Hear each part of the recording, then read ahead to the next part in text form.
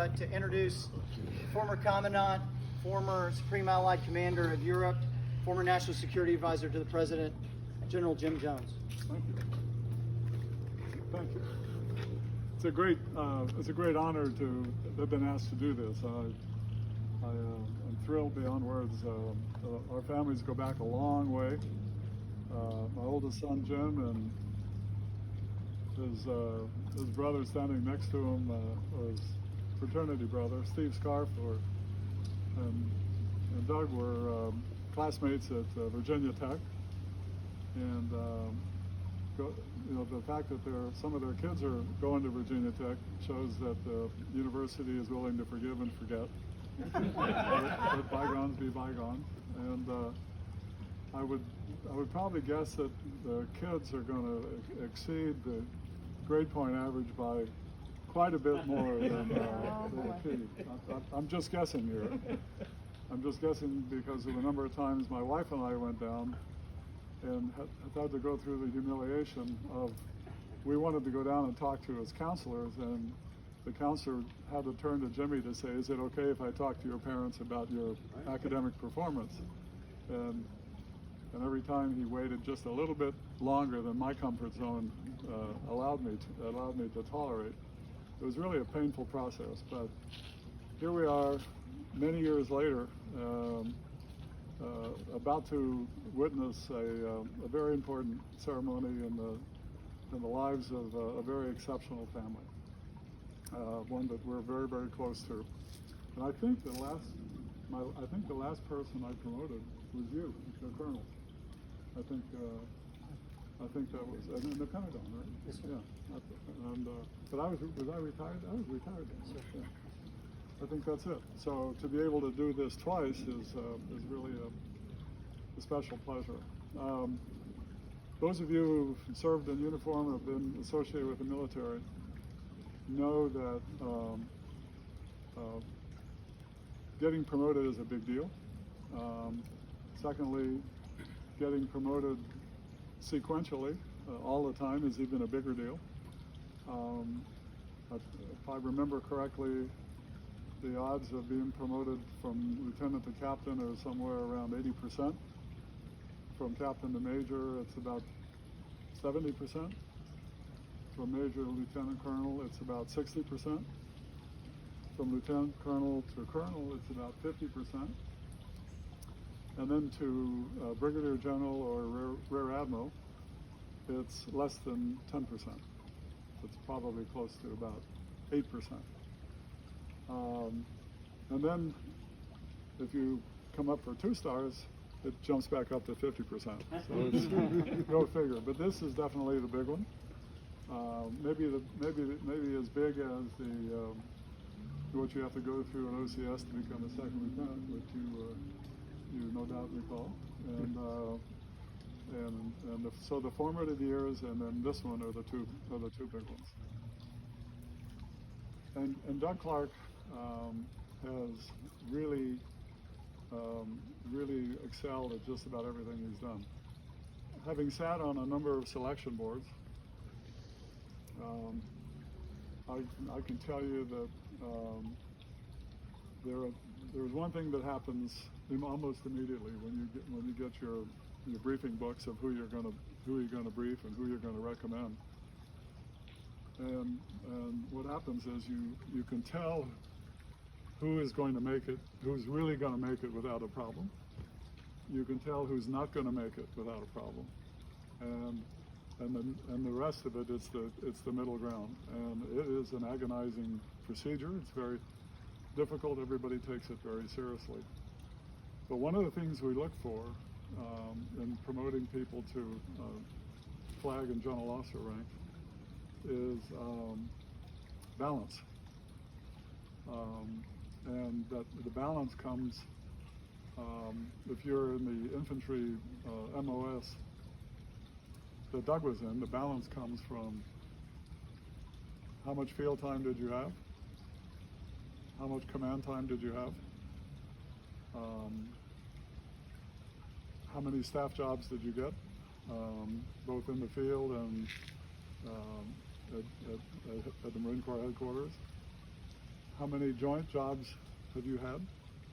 And it was because everybody has to get along. And so the joint experience is really important. And then the final evaluation is what kind of schools do you have? Have you not only studied to have a master's degree or an advanced degree, but have you gone to the right military schools? And so I looked at Doug's CV, and I made some notes here. I'm not going to read them all to you, but one thing that stands out is balance. In the infantry, he's been a platoon commander, a company commander, a battalion XO, a CO of the 3rd Battalion, 25th Marines of the Light Armored Vehicle Regiment, or Battalion, sorry. He's been the CO of Marine, most recently, of a Marine Detachment of the Joint Enabling Capabilities Command at Transcom. I don't think they even had that when I was on active duty. They had Transcom, but I don't think they had that organization.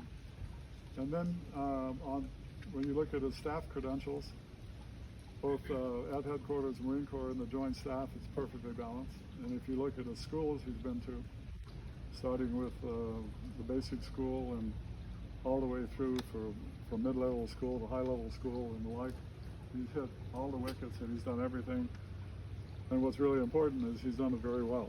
And I'm absolutely sure that he is in that first group I talked about that said, okay, these guys are going to be the generals, and we're going to fight about everybody else. So, Doug, congratulations. It's a great honor. Very, very few people ever get to wear that particular rank, and I'm sure that's not the end of the trail for you. So, congratulations. Would you like your wife and kids to come up?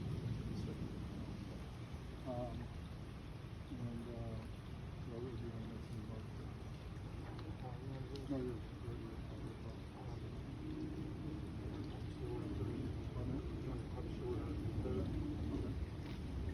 all right.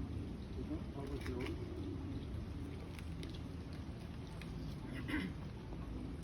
To all who shall see these presents, greetings. Know ye that reposing special trust and confidence in the patriotism, valor, fidelity, and abilities of Douglas K. Clark, I do by and with consent of the Senate appoint this officer a Brigadier General in the United States Marine Corps Reserve, to rank as such from the 3rd day of July 2020.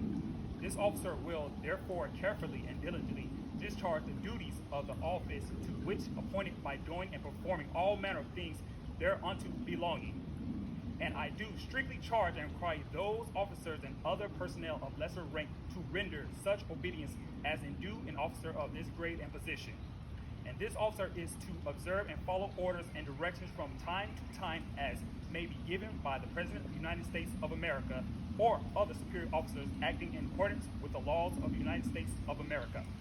This commission is to continue in force during the pleasure of the President of the United States of America under the provisions of those public laws relating to officers of the Armed Forces of the United States of America and the component thereof in which this appointment is made. Done in the city of Washington this 3rd day of July in the year of our Lord 2020 and of the independence of the United States of America, the 243rd by the President.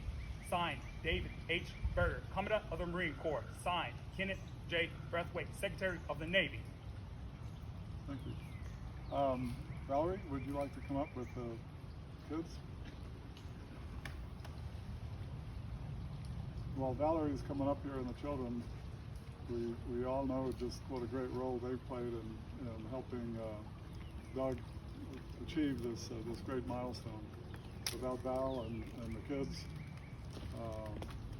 and his family,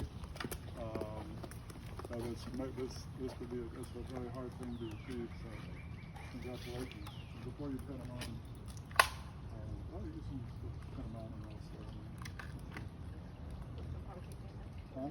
It'll take me a minute to do that.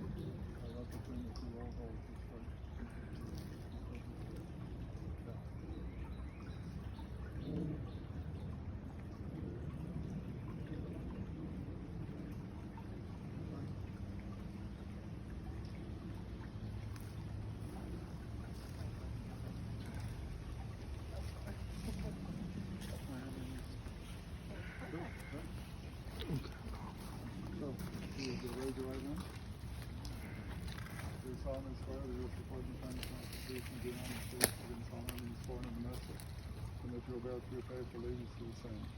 That you take this obligation freely, without any mental reservation or purpose of evasion, and that you will well and faithfully discharge the duties of the office on which you are about to enter. So help you God. So help me God. Congratulations, Trevor.